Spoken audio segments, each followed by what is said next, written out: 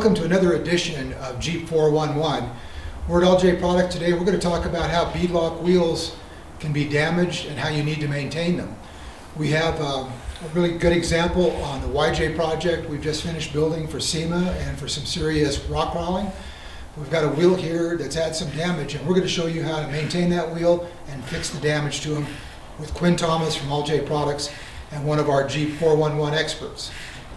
Okay guys, I'm Quinn Thomas. We're here with Jeep 411 today.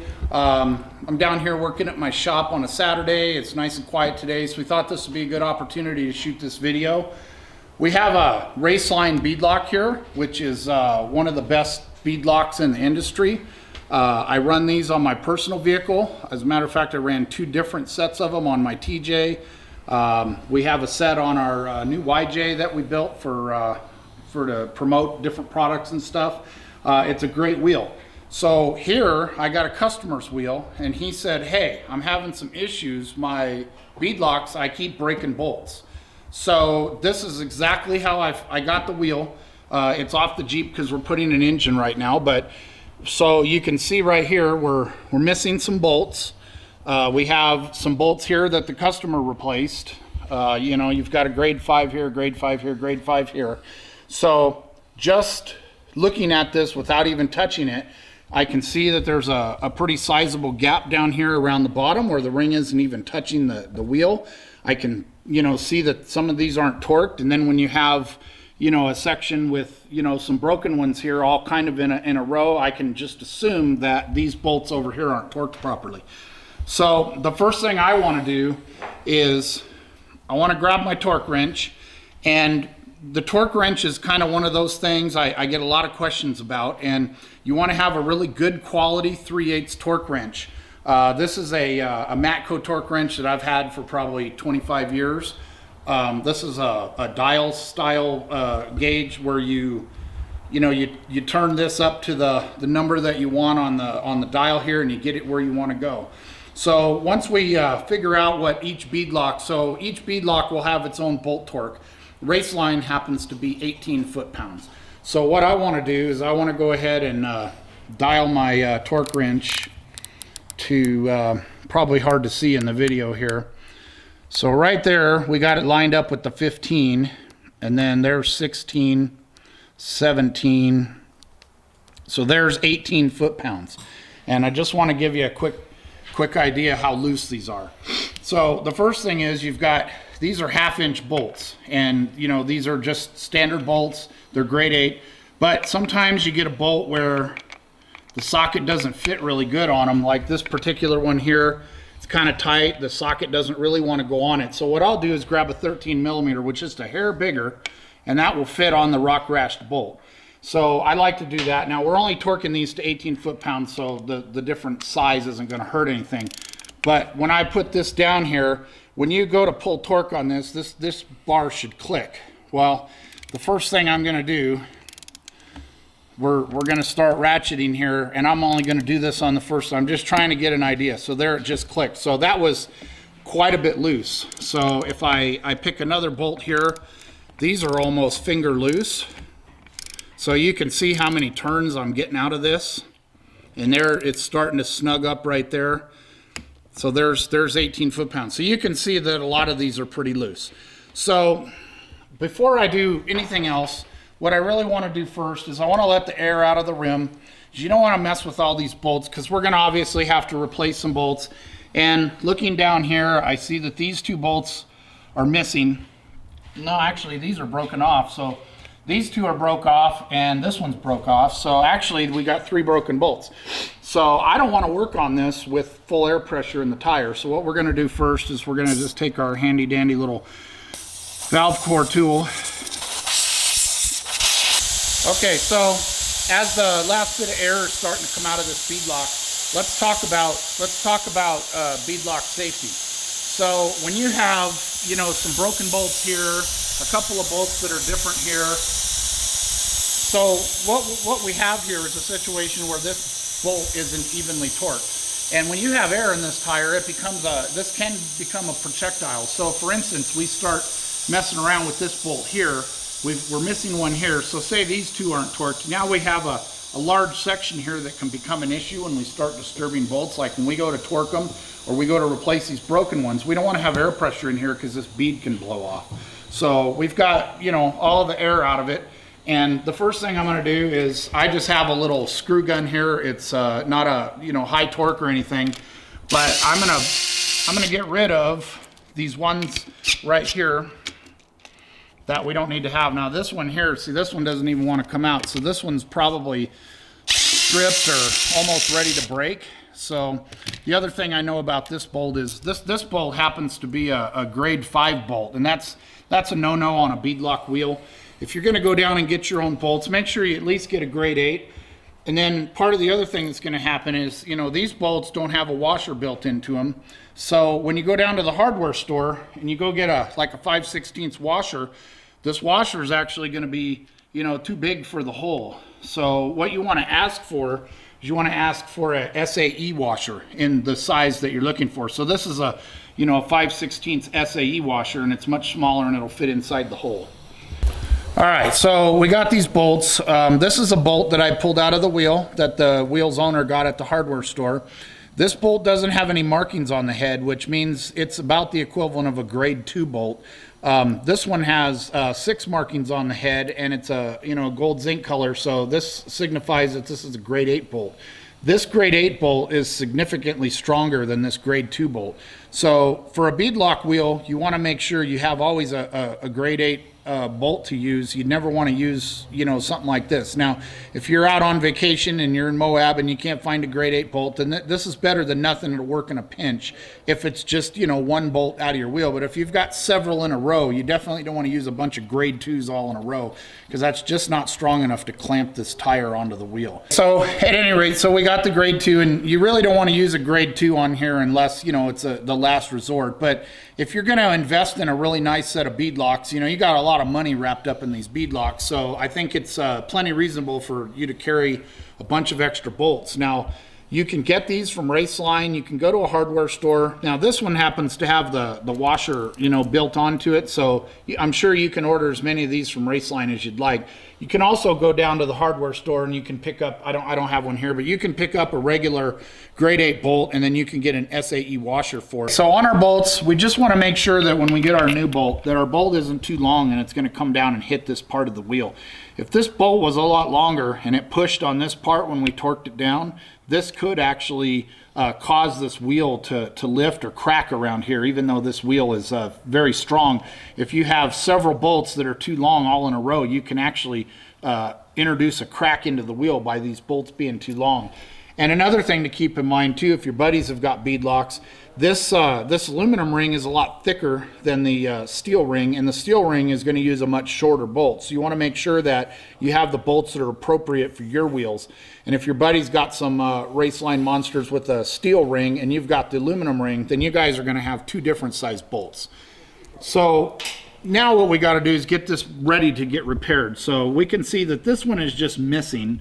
This bolt right here is actually broken. So what I'm going to do is I'm just going to knock that one out, and it looks like this one's broken here. So I'm just taking a punch and I'm just going to knock these broken ones out. And this one here looks like the insert's here, but the bolt's just missing. Okay, so now that we've got all of the broken ones out, now you're probably wondering, what do we got to do to fix that? So what we want to do to fix that is Raceline has these little PEM nuts. They're just little serrated nuts, and they press into the back side of the wheel, and that's what adds your threads into the wheel. Now, what I like about this situation is that obviously when these get messed up, you can just put a new one in, whereas some of the beadlock wheels are actually threaded in the aluminum, and you can't do this. So this is, you know, something I really like. So this is probably the one exception where your grade 2 bolt's going to come in handy.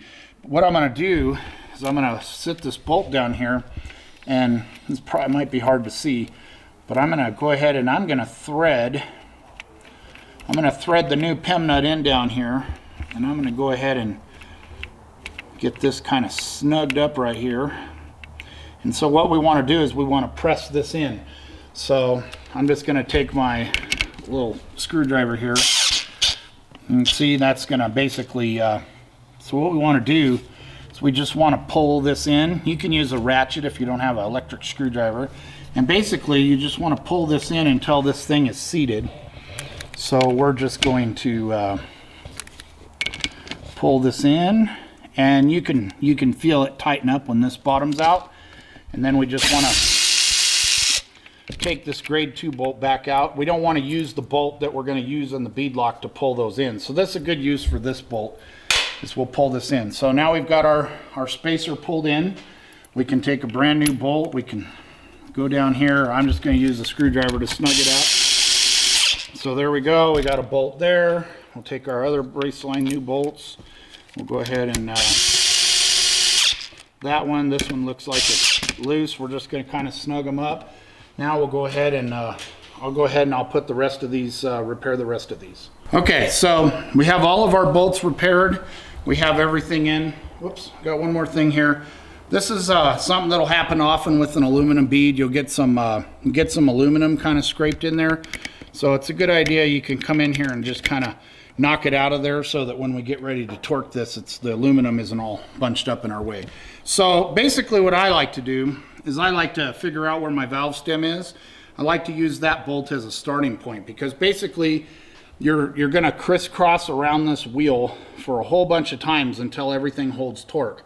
So I do that regularly, but I also in a way like to do it a little different. So one of the things I like to do is I like to just go around, and I just like to get them all close before we start crisscrossing. So for instance, you can see how loose these bolts are. We're going quite a bit before this torque wrench clicks.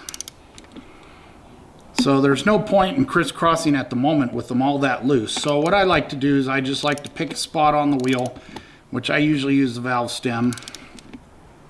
And we're just going to go ahead and we're going to get them all torqued up kind of close.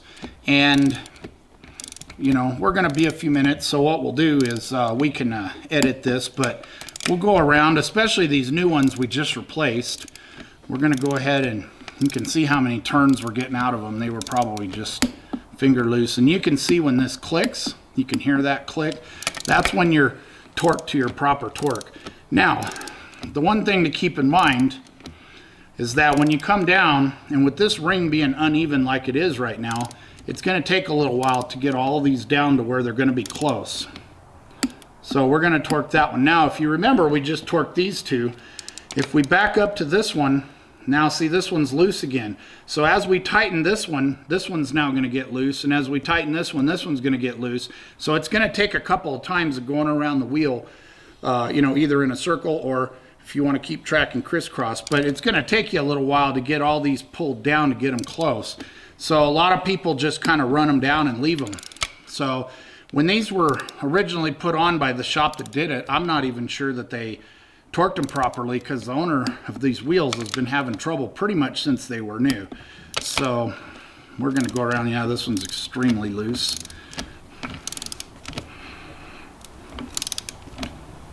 You can kind of feel it getting tight. You can usually feel it right before it's going to click. You can usually feel it.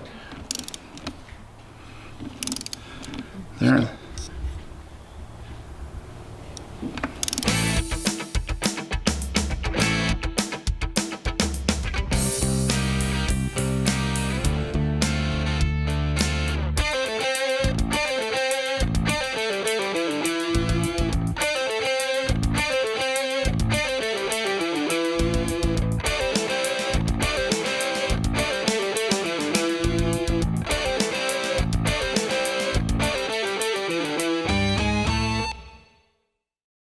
So the question is often asked, what do we do if we have a gap back here? You know, if your ring isn't seated down. Now this happens on tires that have a thicker sidewall. The tires I've seen at the shop that we need to use spacers with is sometimes the Goodyear MTRs, the Falcon Mud Terrain. Those ones usually, you know, if they don't pull down, Raceline makes these plastic spacers, and basically these spacers, there's 4 of them per wheel. And they just go down on the wheel before you put the ring down, and basically this just takes up the space. So a lot of times we use this on the steel rings, you'll see like a gap back here. So a lot of times on the steel rings, we use these spacers. Now these are available from Raceline. We have a collection of them here from different wheels and tires, but pretty simple, just a little spacer. We've used these, we've raced on these, we've used them for a lot of years on different tires, so I like to keep them around the shop in case we need them. But basically this tire and wheel not necessary. This bead torqued up really good. All of our bolts are grade 8. Everything is torqued down to 18 foot-pounds, and we're ready to put the air back in this tire.